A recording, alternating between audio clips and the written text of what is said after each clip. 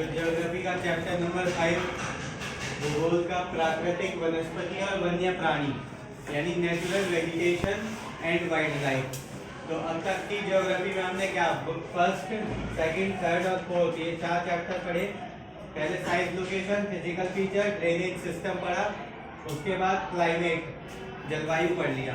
अब जो अपना 5वां चैप्टर है वो है natural vegetation and wild life, यानी हमारे इंडिया में सबसे पहले ये बताऊंगा नेचुरल वेजिटेशन क्या होता है, इसमें वर्जिन वेजिटेशन के बारे में बताऊंगा, फिर वाइल्ड लाइफ। जैसा वेजिटेशन किसे कहते हैं, प्लांट कम्युनिटी, यानी जो पेड़ों का समुदाय होता है उसको कहते हैं वेजिटेशन। अब उसमें नेचुरल लगा है, इसका मतलब प्राकृतिक जो पौधों का समुदाय है।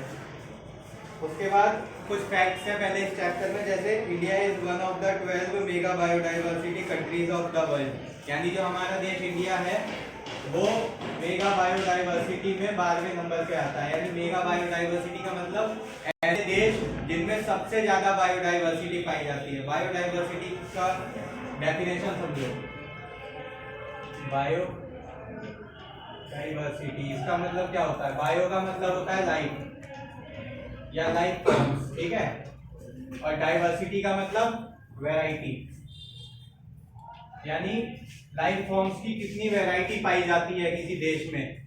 ऐसे अगर हम लिस्ट में देखें तो इंडिया 12वें नंबर पे आता है, यानी इंडिया 12वां ऐसा देश है जिसमें सबसे ज्यादा बायोडाइवर्सिटी पाई जाती है। अगला fact, having about 47,000 plant species, 47,000 पेड़ों की अलग अलग प्रजातियां हैं हमारे पास, जिसमें से जो 15,000 हैं उनमें फूल आते हैं, ऐसी प्लांट स्पीशीज है। उसके बाद तकरीबन 90,000 तरीके की हमारे पास वन्य प्राणी है ना चैप्टर में, वन्य प्राणी वाइल्ड लाइफ, तो ये बता दिया मैंने 47 तरीके के इतने टाइप की स्पीशीज पाई जाती है, जिसमें से 15,000 फ्लावरिंग प्लांट्स है। उसके बाद एनिमल्स 90,000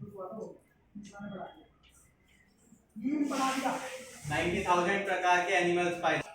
तो सुनो, प्लांट स्पीशीज बता दी, उसके बाद फ्लावरिंग प्लांट, अब 90,000 तरीके की एनिमल स्पीशीज है हमारे पास, और इन एनिमल स्पीशीज में 2546 इतने टाइप्स की मछलियां पाई जाती है हमारे देश में, जो मरीन भी हैं और फ्रेश वाटर यानी खारे पानी में भी मिलती हैं और मीठे पानी में भी, ठीक है। उसके बाद अब इस चैप्टर में क्या क्या पढ़ना है, सबसे पहले वर्जिन वेजिटेशन और जो हमारे ऑर्चार्ड और जो हमारे द्वारा लगाए गए वेजिटेशन है उनमें डिफरेंस की, वर्जिन वेजिटेशन क्या होता है और वो क्या है।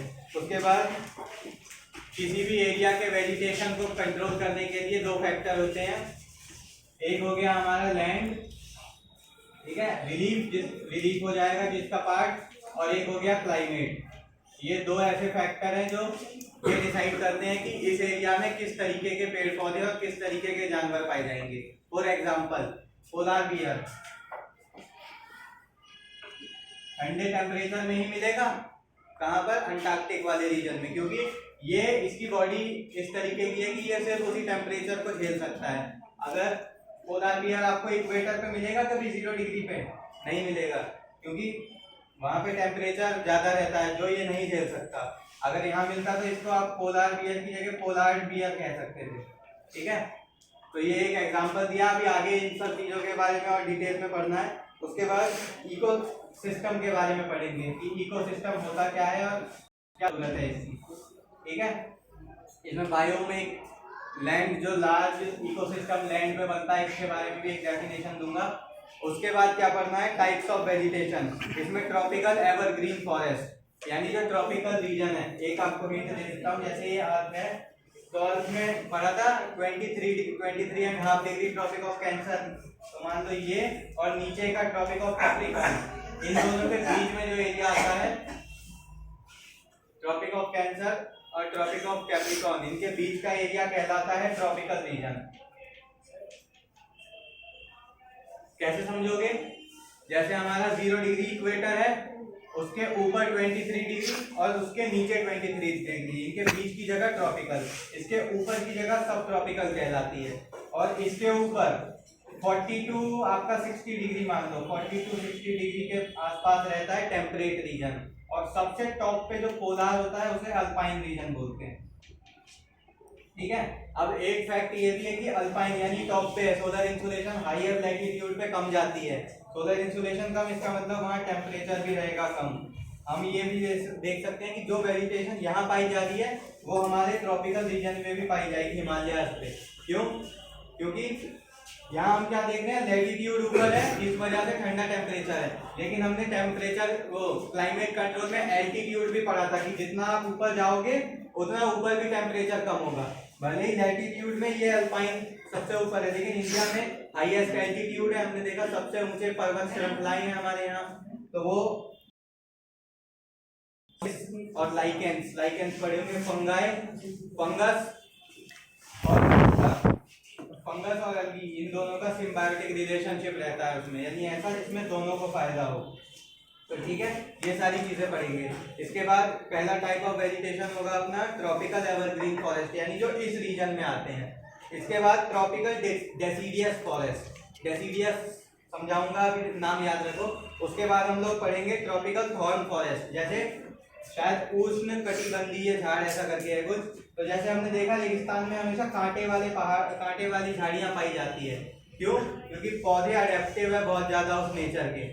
सर्वाइवल टू द फिटेस्ट आगे बताऊंगा, इसमें जो हिटलर की थ्योरी थी वो यहाँ काम आएगी, उसका जो असली मतलब है वो यहाँ समझ आएगा। तो अभी ये समझ में आया क्या क्या पढ़ना है। फिर माउंटेन फॉरेस्ट यानी पर्वतों पे जो पाए जाते हैं, जैसे हम विंध्याचल रेंज में देख लेंगे अपना। उसके बाद यहाँ हिमालयन रेंज है हमारे नॉर्थ ईस्ट में, उसके बारे में पढ़ लेंगे। उसके बाद लास्ट में आएगा मैंग्रोव फॉरेस्ट।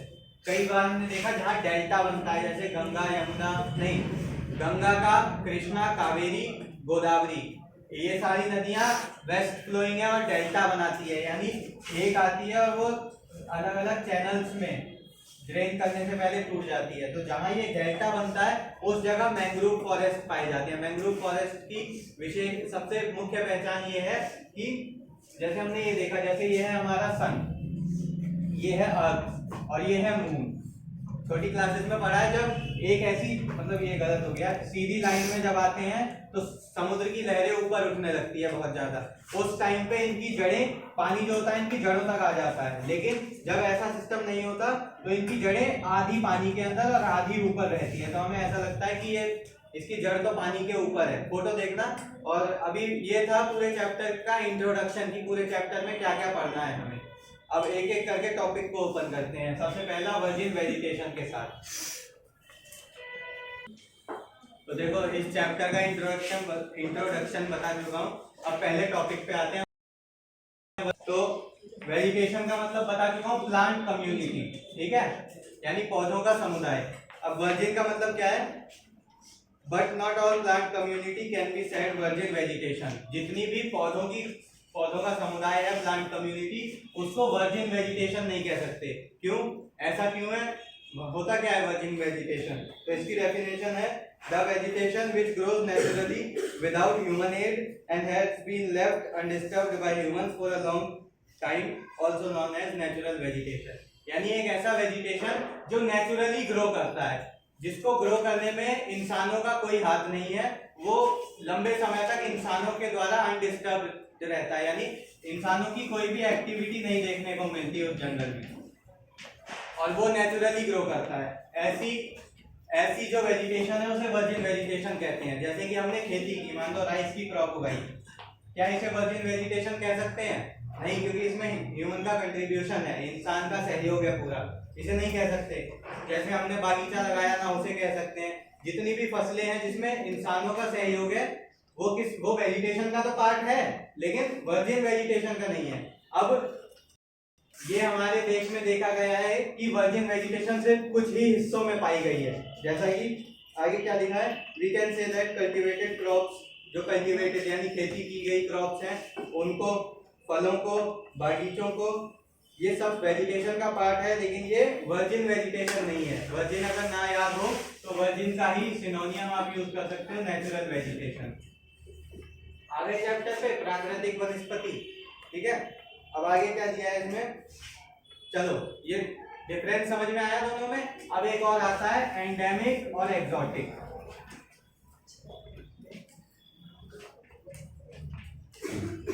इसका समझो एंडेमिक और एक्सोटिक। एंडेमिक का मतलब होता है the virgin vegetation which are purely Indian. ऐसा वेजिटेशन, ऐसी प्राकृतिक वनस्पति जो भारतीय है, जो प्राचीन काल से यहीं पाई जाती है, कहीं बाहर से नहीं लाया गया। इसका बेस्ट एग्जांपल हमारे पास अल्पाइन का एक फ्लावर होता है। अल्पाइन फ्लावर है तो कहाँ पाया जाएगा, अभी बताया था, ये यहाँ पे सबसे टॉप वाले जो हमारे लैटिट्यूड्स है अल्पाइन रीजन में, तो ये यहाँ पाया जाएगा। ये हो गया एंडेमिक, जो इंडियन है। और एंडेमिक का मतलब एक ये भी होता है कि अगर इसको आप कहीं और ले जाओगे, ये जानवरों में ज्यादा देखा जाता है कि एंडेमिक स्पीशीज जो है उनको वो कहीं और सरवाइव नहीं कर सकती। जो एक जगह हैबिटाट है, नेचुरल हैबिटाट, मान लो जानवरों को ही ले लो, उनको नेचुरल हैबिटाट से निकाल के कहीं और रखोगे, बहुत कम चांसेस है कि वो कहीं और सरवाइव कर जाए। अब आते हैं एक्सोटिक पे। एक्सोटिक वो होते हैं जो इंडिया में तो है, जैसा कि चीता। इंडिया में किसी को पता है कितने चीते हैं? अब इंडिया में एक भी चीता नहीं पाया जाता। 1962 में था जो देखा गया था, इसके बाद इंडिया में एक भी चीता नहीं है। देखने को मिल जाएंगे अभी यहाँ, लेकिन वो एंडेमिक नहीं है, इंडियन नहीं है, बाहर से लाए गए हैं विदेश से। इंडिया में लास्ट एक भी चीता अब इंडियन नहीं पाया जाता। ठीक है, तो एंडेमिक और एक्सोटिक का मतलब समझ आया। चलो ये तो जानवर का हो गया, चीते का। एक्सोटिक कैसे, जैसे मान लो पुराने समय में कोई अरब से लेकर आया एक इंसान पौधा, उसको फ्लावर का पौधों का शौक था, उसने देखा कि पौधा जो है मुरझा रहा है, उसने यही प्लांट कर दिया। तो वो जो पौधा था वो यहाँ का तो नहीं था, एंडेमिक नहीं था, कहीं और से लाया गया और यहाँ प्लांट कर दिया। और भी कई चीजें हैं, जैसे कि हमने देखा कि जो माइग्रेटरी बर्ड्स होती हैं, जो माइग्रेशन शो करती हैं, यानी माइग्रेशन शो करती हैं किसी और देश से। जैसे हमने देखा कि एक वाइट कलर की बर्ड होती है, हर साल हमारे यहाँ के हरियाणा में आती है। अब मान लो वो बर्ड, उसके पंजों में कोई बीज फंस के आ गया, यहाँ मिट्टी में गिर गया और वो हो गया पूरा, तो वो एंडेमिक कह जाएगा कि एक्सोटिक कह जाएगा। तो ये दोनों का डिफरेंस समझ में आया। ऐसे धीरे धीरे चैप्टर में आगे बढ़ो। अब दो टर्म आप पढ़ते हैं, एक है फ्लोरा और एक है फौना। तो इस चैप्टर में जहां जहां मैं फ्लोरा शब्द का इस्तेमाल करूंगा तो वो होगा प्लांट्स के लिए। ठीक है, जितने भी प्लांट्स हैं उनके लिए मैं फ्लोरा, और फौना यानी एनिमल्स। ये जो टर्म्स हैं ये याद रखना। ठीक है, अब इसके बाद चैप्टर में आगे बढ़ते हैं। The diversity in flora and fauna is due to the following factor. अब आ जाते हैं धीरे धीरे करके दूसरे टॉपिक पे कि जो फ्लोरा और फौना, समझ आया ना, मैं जहां फ्लोरा यूज करूंगा वहां प्लांट, जहां फौना यूज करूंगा वहां एनिमल्स। तो ये जो हमने देखा कि पूरे इंडिया में अलग अलग तरीके की वैरायटी पाई जाती है फ्लोरा और फौना की, तो वो किस फैक्टर पे डिपेंड करती है? टेम्परेचर और क्लाइमेट। बताया था मैंने इंट्रोडक्टरी वीडियो में। ठीक है, तो क्लाइमेट और टेम्परेचर पे डिपेंड करती है। तो देखो अब क्या समझना है कि किसी भी जगह के फ्लोरा और फौना किस तरीके के होंगे, वो किस चीज पे डिपेंड करता है? वहां की लैंड और सॉइल। हमने लैंड और सॉइल किसके? रिलीफ के पार्ट। इसके बाद हमें अपना क्लाइमेट भी पढ़ना है, वो अलग फैक्टर है। तो लैंड, ये जो रिलीफ है, रिलीफ सबसे पहले ये बताओ रिलीफ क्या है? चैप्टर सेकंड में पढ़ के आए हैं, रिलीफ फीचर्स पढ़े थे। रिलीफ फीचर्स का मतलब है जैसे यहाँ हमारा सरफेस है, इस पे जो भी फिजिकल फीचर्स बने हुए हैं, जैसे पहाड़ हो गया, रेगिस्तान, ये सारे किसके पार्ट है? रिलीफ के। तो उसमें लैंड और सॉइल आता है। अब कितने लोग ऐसे हैं जो इनको बराबर समझते हैं कि land is equal to soil? Land in general हमने कह दिया, यानी जहां भी आप पैर रख सको। लेकिन सॉइल क्या है? ग्रेइश सब्सटेंस होता है जो लैंड के सरफेस पे पाया जाता है। ठीक है, अब जैसे लैंड को समझना है तो जहां पे भी पैर रख सको, समुद्र में भी पैर रखोगे, अगर जिंदा बचे तो कहीं नीचे जाके टिकोगे तो वहां भी लैंड आएगा जहां पैर रख सकते हो। तो वो हो गया लैंड इन जनरल। लेकिन सॉइल जो है ये अलग अलग होती है। जैसा कि पेनिनसुलर प्लेट्यू है, यहाँ महाराष्ट्र वाले रीजन में ब्लैक सॉइल पाई जाती है। ठीक है, ऊपर यहाँ नीचे एलुवियल सॉइल पाई जाती है। ऊपर यहाँ एलुवियल सॉइल हमने पढ़ा था, गंगा और उसकी जो ट्रिब्यूटरी हैं वो पहाड़ से उतर के आती हैं और अपने साथ सिल्ट के मट्टी लेकर आती हैं, डिपॉजिट। तो वो क्या बना देती है? यहाँ नदर्न प्लेन्स का फॉर्मेशन पढ़ा था। तो वही यहाँ सॉइल में डिफरेंस हो गया। अब देखो अगला क्या है, लैंड भी अलग अलग है। जैसे कहीं माउंटेन पे अलग तरीके का वेजिटेशन होगा, उसके बाद प्लेट्यू पे अलग, ठीक है, उसके अलग तरीके की जमीन होगी। और ये जमीन भी अलग क्यों है? सॉइल की वजह से। तो जब इन आ गया, जैसे कॉटन है, कॉटन के लिए बेस्ट सॉइल होती है ब्लैक सॉइल, ठीक है। तो इस सॉइल से हम कॉटन को एकदम हाईली कल्टीवेट कर सकते हैं ब्लैक सॉइल से। और वो कहाँ पाई जाती है? इस वाले रीजन में, पूरे हमारा क्या कह सकते हैं इसे? नॉर्थ वेस्ट वाला रीजन कह सकते हैं, ठीक है। तो इस वाले रीजन में ब्लैक सॉइल, तो हमने देखा सॉइल टू सॉइल भी डिपेंड करता है वेजिटेशन। अब जैसे माउंटेन है, माउंटेन पे अलग तरीके की वेजिटेशन पाई जाएगी क्योंकि वहाँ की सॉइल अलग है, यहाँ की सॉइल अलग, तो यहाँ अलग तरीके का वेजिटेशन। समझ में आया? अब यहाँ पे क्या दिया है? Vegetation and wildlife depend on that, इन पे डिपेंड करती है वेजिटेशन, यानी अपनी फ्लोरा और फौना किस पे डिपेंड करेगी? सॉइल पे। इसके बाद the nature of land influences the type of vegetation. Sandy soil supports cactus and thorny bushes. जैसे कि सैंडी सॉइल, रेगिस्तान में तो सैंडी सॉइल पाई जाती है, ठीक है। सैंडी सॉइल पाई जाएगी तो वहाँ क्या हम लोग उगा सकते हैं बढ़िया चीजें? जैसे हमने ग्रीन लीफी वेजिटेबल्स हो गया, उगा सकते हैं वहाँ? नहीं, क्योंकि ये सॉइल है, ये बहुत कम मॉइस्चर को होल्ड कर सकती है। तो यहाँ पे थॉर्नी बुशेस पाए जाएंगे, यानी कांटे वाले पेड़ पौधे। उसके बाद क्या पाई जाएगी यहाँ पे? कैक्टस। कैक्टस में भी कांटे। अब एक चीज मैं आगे बताऊंगा जब हम थॉर्नी बुशेस वाला पढ़ेंगे कि ज्यादातर कांटे वाले क्यों वहां पाए जाते हैं। अडेप्टिव है, कैमल ही क्यों पाया जाता है वहां? सर्वाइवल टू द फिटेस्ट का कंसेप्ट दूंगा। तो ये सॉइल का समझ में आया कि सॉइल पे डिपेंड करेगी कि वहां किस तरीके की फ्लोरा होंगे और किस तरीके के फौना होंगे, ठीक है। अब उसके बाद सुनो अगला क्या है। अब एक मिनट, तो देखो अब इस पार्ट में क्या पढ़ेंगे? क्लाइमेट के बारे में। चैप्टर 4 दोबारा तो नहीं पढ़ रहे, लेकिन ये चैप्टर 4 नहीं है, ये वो फैक्टर है जिसपे फ्लोरा और फौना डिपेंड करते हैं। लैंड वाला बताया था कि जहाँ पे सॉइल डिफरेंट होगी वहाँ अलग वेजिटेशन होगी, ठीक है। अब क्लाइमेट में क्या है? इसके भी 3 पार्ट है। जैसे पहला टेम्परेचर, ठीक है। उसके बाद दूसरा फोटो पीरियड और प्रेसिपिटेशन।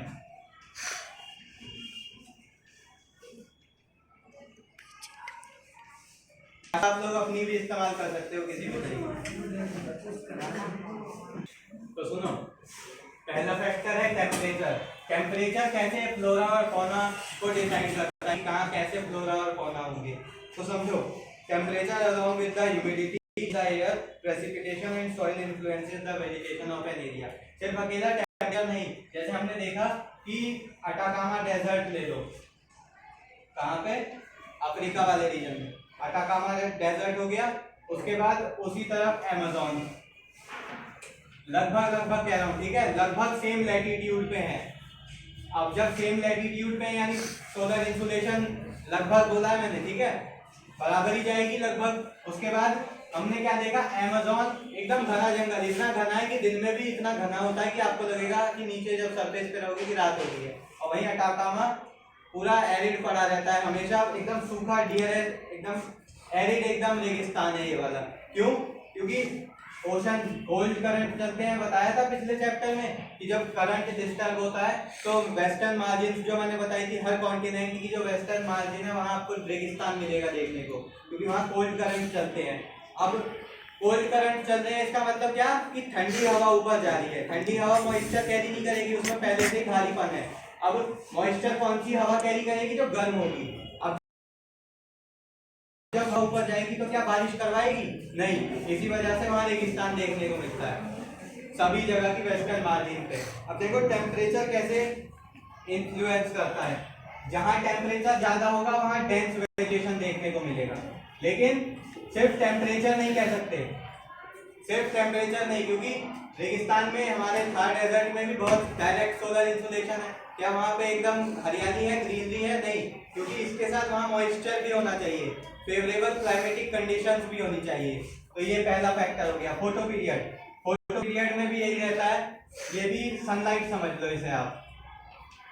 जहाँ का फोटो पीरियड ज्यादा होगा यानी सोलर इंसुलेशन ज्यादा पाई जाएगी, तो वहां पे भी डेंस वेजिटेशन, एकदम घनी प्राकृतिक वनस्पति पाई जाएगी, ठीक है। फिर प्रेसिपिटेशन। अब प्रेसिपिटेशन का मतलब होता है रेनफॉल।